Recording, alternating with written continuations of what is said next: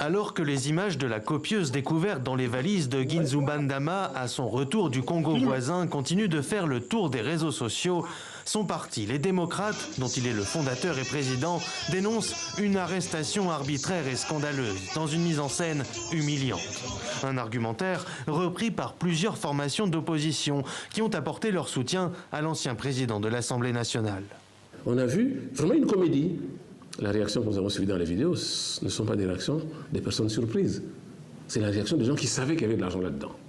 Ça veut dire que tout ce qu'on a suivi était fait pour salir l'image de cette personnalité. Ça rapporte quoi à qui, cette façon de faire, si ce n'est salir l'image du Gabon? Si l'opposition affiche sa solidarité avec celui qui fait figure de potentiel candidat à la présidentielle de 2023, du côté de la société civile, le son de cloche est quelque peu différent. Plusieurs organisations s'interrogent sur le rôle des autorités. Est-ce que ce qui s'est passé avec le président Nzuba va servir de leçon aux dépositaires actuels de l'autorité de l'État? Est-ce que sur la base de ça, la Commission nationale de la lutte contre l'enrichissement illicite va davantage mettre la pression pour jouer le rôle qu'elle aussi, notamment contrôler les fortunes des dépositaires de l'autorité de l'État? Je pense que non.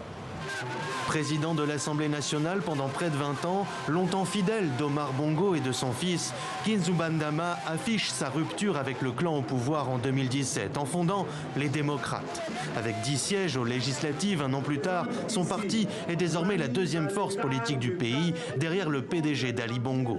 Pour ce politologue, la suspicion qu'il éclabousse aujourd'hui relance le débat sur la moralisation de la vie publique. Si l'argent que le président Nzuba a reçu au Congo vient d'un homme politique congolais, là on peut parler de subversion. Mais si ce sont les hommes d'affaires, la diaspora ou bien ces activités qui ont prospéré au Congo, qui lui ont permis d'avoir cet argent, c'est de l'argent légal.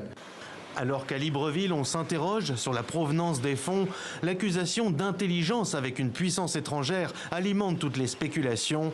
Pour l'heure, Brazzaville n'a pas réagi.